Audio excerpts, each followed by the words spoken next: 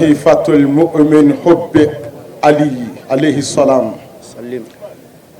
لا سيف إلى ذي الفقار ولا فتى إلى علي عليه السلام حامل اللواء في الدنيا والآخرة علي عليه الصلاة والسلام أمر ربي بسد الأبواب إلى باب علي عليه الصلاة والسلام ينادي يوم القيامة يا محمد نعم الأب أبوك إبراهيم ونعم الأخ أخوك علي عليه الصلاة والسلام لا أسألكم عليه أجرا إلى المودة في القربى السلام عليكم ورحمة الله تعالى وبركاته. وعليكم السلام ورحمة الله تعالى. أمبادو كوكما كندا كان جنيا على صنا كوما كندا تجنيا على فولي أن على وليمان دوليدو سيدنا علي كولا سيدنا علي من على كراكو كنا كندا دينك ديجو سيدنا علي من على كراتا كو كالفاما ككلاكا فوكا داكا كواجيكي باكا الكاما جودو درابو بابولو سيدنا علي من على كراكو كالي دابتكو سرچو تا علي كرالا عليه الصلاة والسلام فناكلا سيدنا علي ناكا كولك داي anjole fla o dadela ko kongo bi amba fo ko alani ci sani ka fo joni kunandi ba fo sababu nyuma ama mbanyuma fo no tandi jara ni min kene mi na drapo be ale bolo tandi jara ni kinyi sigi ki bolo fla da iseka ki che Sheikh Sharif Usman Madani Haidara ne hakla o kumi wasakade ni sigi ki bolo fila da iseka ki denye Sharif Ahmad Tijan na dogoyi tandi jara ne hakila bi wasakade nga choroba ko do la ko mai yere iti tiga jena ko fika mondo katidi alama ja o kuma mebo e klo fakabe e wula ki jo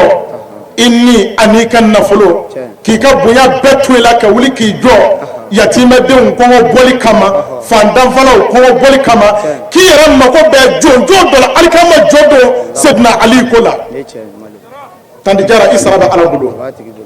Sheikh Sharif Usman Madani Haidara sababu nyuma ki fo ki wala yumando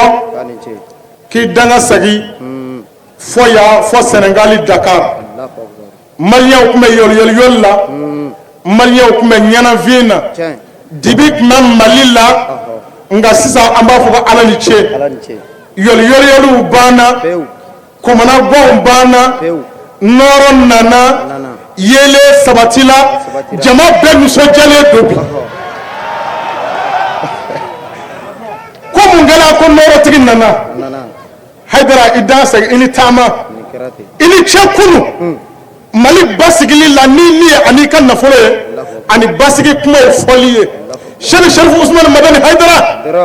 juru do malila juru mi nat seka sara ni basigi kuma foliye akagela domi ni tasma do malila ni cheni kala ye wele o cheni ka kalaka ki kana faraka kwa ka jega fasochi bon ko sama sogodo ko ni minga muru dajala ko bi dotike o do de ede wala bola ki jo je benyana ko jama mi be bolo ko faso che jamate ka fo ka gole anye ko nga jisuma manamita ko na ye tasma manale yoro mina ko nga kaka la ilaha illallah muhammadur rasulullah hadra fima men nyina ngmengo fima ndi nyina ningo mun ya ewele odo kika faroka ku gara fasochi uka shaki tu kerada ne yoli la tu wa fani yei ala ni che aya bi ye odo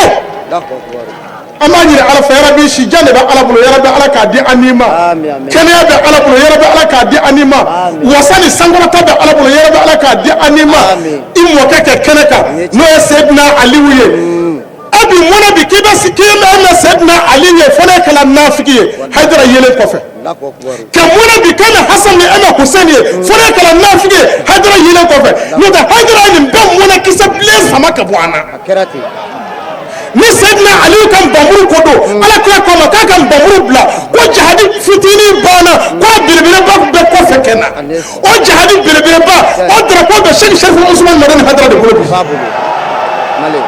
ana muruta maa fɛ ana marifata maa fɛ a dala kuma o dɔgɔtɔrɔso joli jɔ bi Haidara dala kuma o fulakɛni joli ka wali jɔ bi Haidara dala kuma o muso joli ka disatigi ye bi hali kungo kolon ko bugudaniw na i b'a sɔrɔ disa b'u kun na kɛ sɛnɛ kɛ Sɛki Sɛrifu Usumani Mamadu Haidara sara bɛ jɔn bolo yarabala k'an bɛ sababa ma an bɛ bɔ kuma na ni makali ye i mɔkɛ la nka mɛ Zamiyu ma Hashimiyu Madaniyu Makiyu Zukuwati Zuhurumati Zuizi Zufadilin Mutiin Kadamu Sidiki Rahmatul Bushira Sɛki Sɛrifu Usumani Mamadu Haidara wɛrɛ de taala n jɔ Alakira tuma ka nin fɛn o fɛn fɔ ne y'a ye n ko nin bɛɛ kan ka fɔ Haidara ye yan walahi n'i ye nin fɛn o fɛn fɔ Haidara ye yan i ma fili o tuma na Sɛki Fasazi bi so wele Alakira la ni ka bɔ kuma na ako cogo di hawa kula majidin lili wara wa jalalati hawa kula majidin lili wara wa jalalati وجاء بآيات ما تقول كالتي فمن شهد فيه فهو حلف دلالتي فمن شهد فيه فهو حلف دلالتي أفي الحق شاك بعد ألف دلالتي تقدم مع ذكر مقدر يقرأ صلى الله عليه وسلم والسلام عليكم ورحمة الله تعالى وبركاته.